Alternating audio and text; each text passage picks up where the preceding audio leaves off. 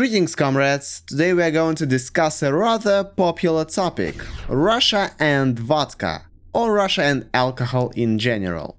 As you can see, there are already quite a few videos on YouTube covering this subject. And that's not counting the standard haha Russia vodka gopnik hardbass balalaika type of videos.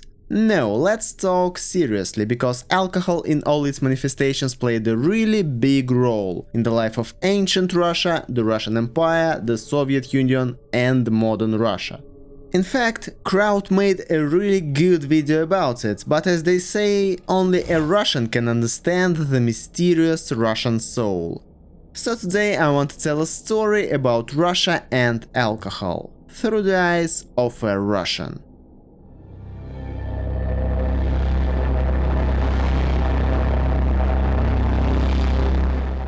Shakespeare accustomed us to the fact that the central question for a man is to be or not to be.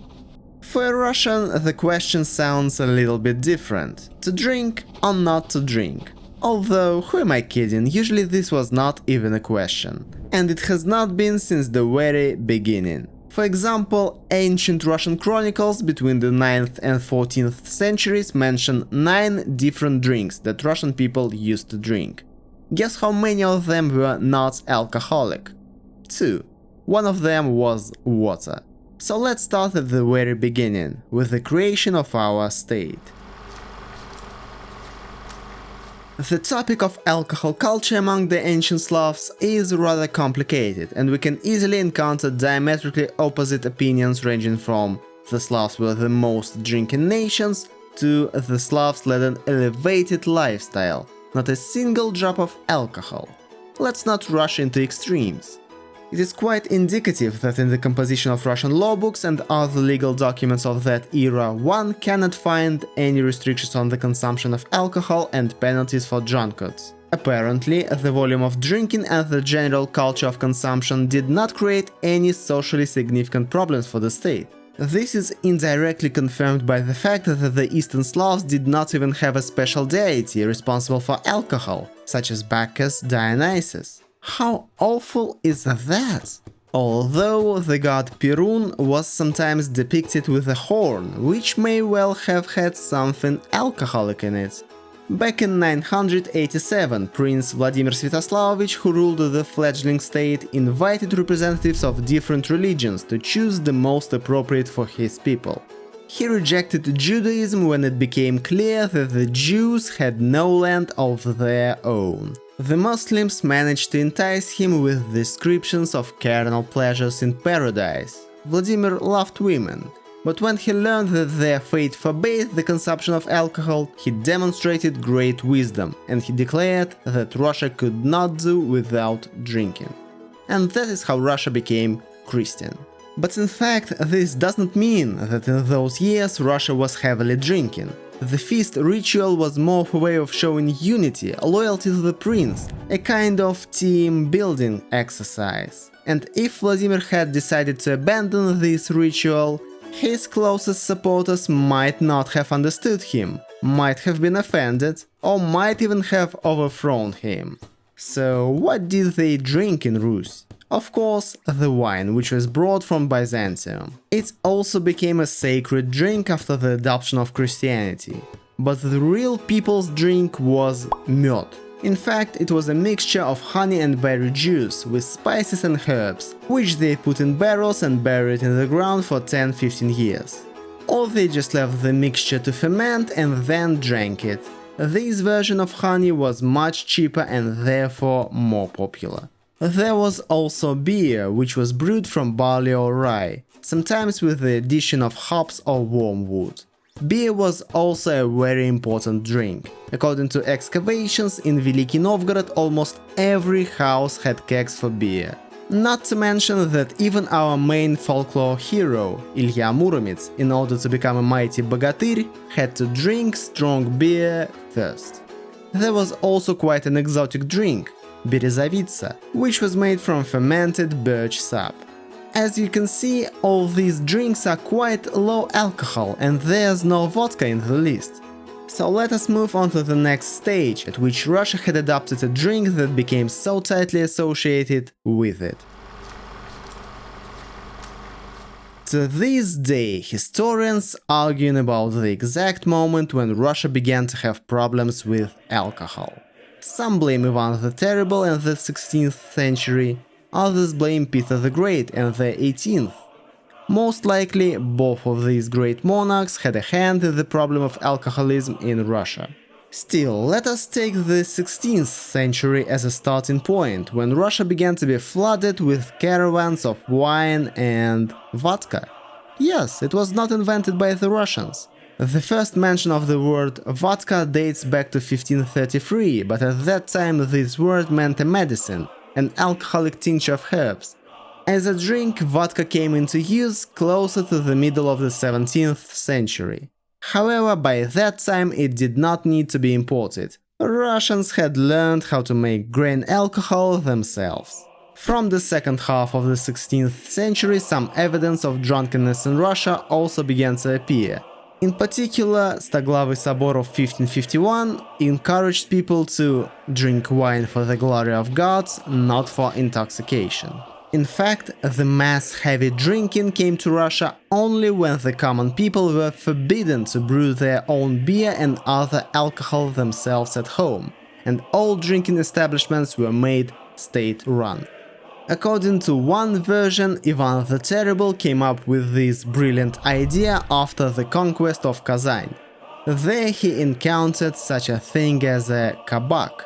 The Tatar Khans not only taxed alcohol, they appropriated all the profits from its sale.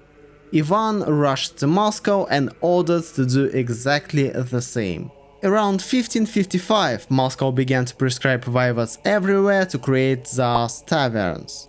Unlike the taverns that existed earlier, in these drinking houses one could only drink alcohol without any snacks, which led to rapid intoxication. That is, in fact, they created state establishments that did an amazing job of turning ordinary people into drunkards, because people were forbidden to make alcohol at home, where they could actually drink and eat. And in doing so, they were filling the state coffers nicely. An ingenious plan. The state actually relied on the profits from the sale of alcohol, that is, on the alcohol dependence of its population. Only after 100 years the church and monarchy deigned to deal with this problem. Under the influence of Patriarch Nikon, the task of combating excessive drinking was set. A decree was issued limiting the number of drinking establishments, forbidding the sale of alcohol on certain days, and generally severely condemning heavy drinking. If we count the days on which, by virtue of the Tsar's decree, the sale of wine was prohibited, the number exceeds 180. In other words, an orthodox person was sober for more than half a year willy-nilly. But as you probably understand, such decrees were a heavy blow for the treasury of the state. And the treasury always wins. That is why the decrees lasted only for 7 years. Interestingly enough, back then two totally opposite social classes did not suffer from excessive consumption of alcohol. The aristocracy, because they actually could quietly and reasonably make and consume wine at home, and the serfs, because they had no time to go to taverns, they had to work. The situation with alcohol has worsened during Peter the Great. As I said, some historians are convinced that Ivan the Terrible did not tolerate drunkenness, and certainly did not want to get his people drunk intentionally. Peter's role, on the other hand, definitely cannot be underestimated. He turned out to be more cunning than his predecessors. He reintroduced the state monopoly on alcohol, which had been cancelled 15 years before he came to the throne, but he did permit the private production and sale of wine and vodka to individuals. You only had to pay a small fee to the state and you are good to go and have your small brewery. Naturally, this did not exactly reduce binge drinking among the population, but the amount of money pouring into the treasury tripled. At the same time, no one was going to close the taverns, and weak alcoholic beverages in them were almost completely replaced by strong alcohol. Peter himself was a heavy drinker and demanded the same from his subordinates. Peter regularly threw huge booze parties, one of the main figures at which was Prince Fyodor Ramadanovsky, head of Peter's secret police. It is said that Ramadanovsky had a tame bear, trained to offer guests a glass of vodka and pepper and to smack the victim if he refused to drink. At the same time, Peter, a truly bipolar guy he was, established the infamous medal for drunkenness in 1714. It weighed nearly 7 kilograms, not including the chain, and drunkards caught in an inebriated state had to wear it for a whole week. Peter's descendants were not known for such grandiose drinking sprees, but they were in no hurry to abolish all these alcoholic traditions too. Most of the countries tried to limit the use of alcohol to some degree, struggling primarily with the criminogenic situation, unrest and loss of labor because of the Green Serpent. For the Russian state, all these concerns were outweighed by the inflow of money into the treasury. Only in 1914, on the eve of World War, Nicholas II had to choose between sobriety and income. He introduced a dry law, broke the 400-year tradition, and brought down the monarchy, which relied on the population's dependence on vodka. The Soviets came to power and, well, let's see how they dealt with this pernicious addiction of the Russians. Spoiler, they did not do a good job. Interestingly, the Bolsheviks did not abolish the prohibition law, which had been in force in Russia since 1914. It lasted 10 years and outlived 3 governments: the Tsarist government, the Provisional government, and the first 6 years of Soviet power. However, the Soviet state was well aware that the Soviet people, burdened with the vestiges of the Tsarist dark past, will not give up drinking. And let's be honest, all these years of prohibition, the peasants still brewed tons of moonshine. That is why in 1924 Stalin introduces a new state monopoly on alcohol. The country began the free sale of state vodka, which was popularly called Rykovka, in honor of the Prime Minister of the USSR, Alexei Rykov. Its strength was 30%, which, by the way, is the most blasphemous. Shame on the Bolsheviks. Shame! Shame! The Soviets tried to focus on health education and therapeutic and prophylactic care for alcohol abusers. At the same time, the Soviet Union spent the first 10-15 years tossing from side to side. First, they produced their own vodka, then they made propaganda films on the anti-alcohol theme. Then they took children to the streets to rally against alcohol.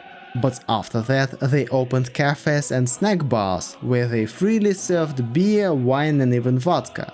Gradually, the government realized that it was pointless to fight drinking through radical prohibitions. And during wartime, vodka was officially included in the soldiers' rations. 200 grams to especially distinguished soldiers, 100 grams to all the rest who took part in fights. And if one takes into account that up to half of adult male population of the country participated on the front in World War II, after the war the problem became especially acute. And if under Stalin people were kinda afraid to drink in public and get wasted, after his death the fear disappeared quickly. Total binge drinking forced the Soviet leadership to initiate another major anti-alcohol campaign in 1958. The fight against binge drinking was based on familiar methods: prohibiting the sale of draught alcohol, the sale of vodka near industrial enterprises and transport terminals, active propaganda and official shaming of drunkards. The result of these restrictive measures was fairly logical. Closure of most drinking places and the ban on draught alcohol led to a shift of drinking to courtyards and public gardens. And the amount of alcohol consumed has also greatly increased. It's one thing to drink at a place where you have to order it, and another thing to stock up on bottles and drink till you pass out. Just as in Tsarist Russia, the interest of citizens' health clashed with the interest of the treasury. And the treasury won once again. Already in 1963, the sale of draft alcohol was resumed, and in an even greater volume, which grew steadily during the whole Brezhnev era. Brezhnev tried to fight this with various decrees, but these decrees sometimes were simply not implemented by the local authorities. As a result, this was simply dismissed with the premise that apparently they've always been drinking and will continue to do so. In fact, it was basically impossible to lose your job because of alcoholism in the USSR. Even if a person came to the factory completely wasted and laid on the floor for the entire 8 hours of a work shift, 99% of the time they were not fired. Plus, the average simple working-class Soviet man did not have a lot of simple and accessible activities. Ballets, theaters, movies about the successes of Soviet agriculture, that's cool, but how incredibly boring it was for the average working man. Alcohol, on the other hand, was always in that other hand, and the maximum penalty for its abuse was some social disapproval. The choice was obvious. Simply put, the average Soviet man drank simply out of boredom. And so it was 1985. A relatively young Secretary General came to power, and 2 months later the USSR began the most ambitious anti-drinking campaign in its history. Strict prohibitions, scenes of drinking were cut out of movies, they even removed a glass from the famous photo of Gagarin. Of course, all of this, as always, led to the opposite result. Economic damage, dissatisfaction of the population, displeasure of some allies, Bulgaria, Romania, Hungary, which could not supply the USSR with wine anymore, and as a result, in fact, the collapse of the USSR. There is something poetic in this. Both the Russian Empire and the USSR collapsed literally 4 or 5 years after the authorities decided to introduce a harsh, dry law. Coincidence? I don't think so. Thus, we can see that Russian heavy drinking was not a problem related specifically to the amount of alcohol per capita. Before the 15th century, there was little drinking in Russia, and for example, 19th century Russia was not a heavy drinking country by this very indicator. The problem was in something else, in the nature of consumption, in the wild, tavernous binge drinking of common people.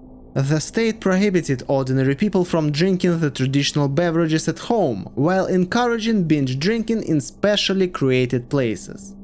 The problem in the Soviet Union and contemporary Russia was somewhat different.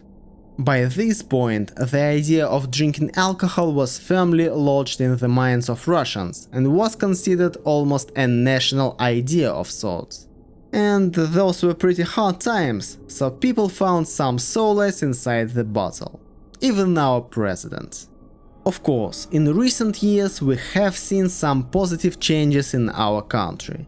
Young people in today's Russia definitely drink less than any previous generation at their age. The number of drunkards on the streets has decreased dramatically. You can hardly notice them, at least in the big cities.